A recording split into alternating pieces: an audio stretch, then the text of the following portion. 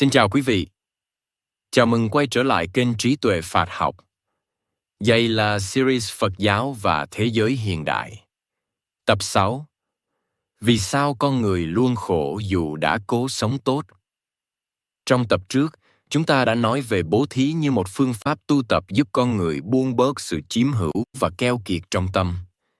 Nhưng ngay cả khi đã giữ giới và biết cho đi, bất ổn vẫn có thể tiếp tục sinh khởi nếu gốc rễ sâu xa hơn chưa được nhận diện. Trong tập này, chúng ta sẽ đi vào cốt lõi mà Phật Pháp luôn nhấn mạnh, đó là thấm, sân và si. Những yếu tố tạo ra khổ đau cho cá nhân và chờ đợi sống chung.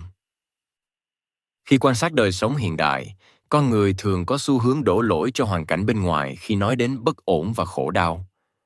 Người ta nói về áp lực công việc, về cạnh tranh, về bất công, về những mâu thuẫn xã hội ngày càng gay gắt.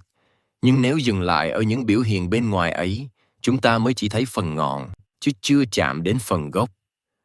Phật Pháp, ngay từ những lời dạy đầu tiên, đã chỉ ra rằng gốc rễ của bất ổn không nằm ở thế giới bên ngoài, mà nằm trong chính tâm con người.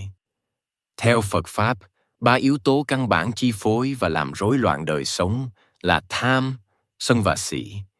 Đây không phải là những khái niệm trừu tượng hay mang tính triết học thuần túy, mà là những trạng thái tâm rất quen thuộc trong đời sống hàng ngày.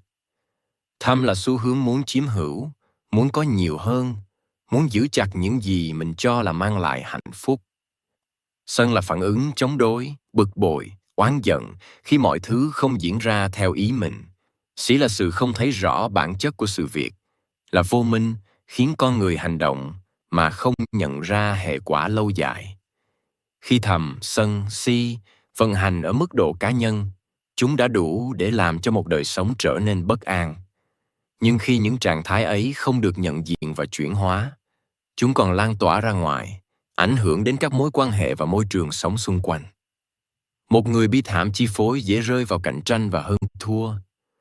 Một người bị sân chi phối dễ gây tổn thương bằng lời nói và hành động. Một người bị si chi phối dễ hành động thiếu trách nhiệm và thiếu sáng suốt. Khi những trạng thái này xuất hiện ở nhiều người cùng lúc, bất ổn không còn là chuyện riêng của cá nhân, mà trở thành vấn đề chung của đời sống tập thể. Phật Pháp không nhìn thầm, sân, si như những lỗi lầm cần bị trừng phạt, mà như những hiện tượng tâm can được hiểu rõ. Đức Phật không dạy con người ghét bỏ chính mình, vì còn tham, còn sân, còn si. Ngài dạy con người học cách nhận diện chúng, quan sát chúng, và từng bước làm suy yếu sức mạnh chi phối của chúng. Khi tham khởi lên, nếu không được nhận diện, nó dễ dẫn đến hành động chiếm hữu và gây tổn hại. Nhưng khi được thấy rõ, thấm mất dần sức mạnh và không còn dễ dàng sai khiến hành vi. Điều tương tự cũng xảy ra với sân. Khi sân chưa được nhận diện, con người thường đồng nhất mình với cơn giận, cho rằng cơn giận là chính mình, và từ đó hành động trong bốc đồng. Phật Pháp dạy rằng sân chỉ là một trạng thái tâm sinh khởi do cái điều kiện, không phải là bản chất cố định của con người. Khi thấy được điều này, con người có khả năng dừng lại, không để sân giận dắt lời nói và hành động, từ đó giảm rất nhiều hệ quả đau khổ. Si trong Phật Pháp là yếu tố thầm lặng nhưng nguy hiểm nhất. Khi không thấy rõ vô thường, khổ và vô ngã, con người dễ bám chấp vào những gì đang thay đổi, cho rằng chúng có thể mang lại sự an toàn lâu dài.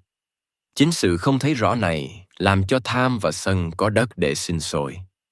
Vì vậy, Phật Pháp nhấn mạnh vai trò của chánh niệm và trí tuệ trong việc soi sáng vô minh, giúp con người thấy rõ bản chất của các hiện tượng tâm và đời sống. Một điểm rất quan trọng trong Phật Pháp là sự chuyển hóa tham, sân, si luôn bắt đầu từ cá nhân, chứ không chờ đợi sự thay đổi của hoàn cảnh bên ngoài. Đức Phật không hứa hẹn một thế giới hoàn hảo không còn khó khăn. Ngài chỉ ra rằng, khi tâm được huấn luyện đúng cách, con người có thể sống giữa những biến động mà không bị cuốn trôi. Khi mỗi cá nhân biết quay về quan sát và điều phục tâm mình, môi trường sống xung quanh cũng dần trở nên bớt căng thẳng và bớt xung đột. Nhìn theo hướng này, Phật Pháp không phải là một học thuyết bi quan, cũng không phải là con đường trốn tránh thực tại. Phật Pháp là một con đường rất thực tế, bắt đầu từ việc nhìn thẳng vào những gì đang vận hành trong tâm, dù là khó chịu hay không dễ chấp nhận. Chính sự trung thực này làm cho Phật Pháp vẫn giữ được giá trị trong thế giới hiện đại, nơi con người có xu hướng tìm kiếm giải pháp bên ngoài, nhưng lại ít khi quay về quan sát gốc rễ bên trong. Trong tập tiếp theo của series Phật Pháp và Thế giới hiện đại, chúng ta sẽ tiếp tục đi vào một thực hành then chốt giúp con người trực tiếp làm việc với tham, sân và si trong đời sống hàng ngày. Đó là chánh niệm và thiền tập.